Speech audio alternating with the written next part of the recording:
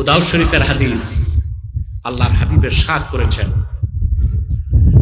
ইযা তাবায়াতুম বিল আইনা ওয়া আখাযতুম আযনাবাল বাকর ওয়া রাদিতুম বিয-যার'i ওয়া তারাকতুমুল জিহাদ সাল্লাল্লাহু আলাইকুম যুল্লান লা ইয়ানজাউহু হাত্তা তারজিউ ইলা দীনিকুম।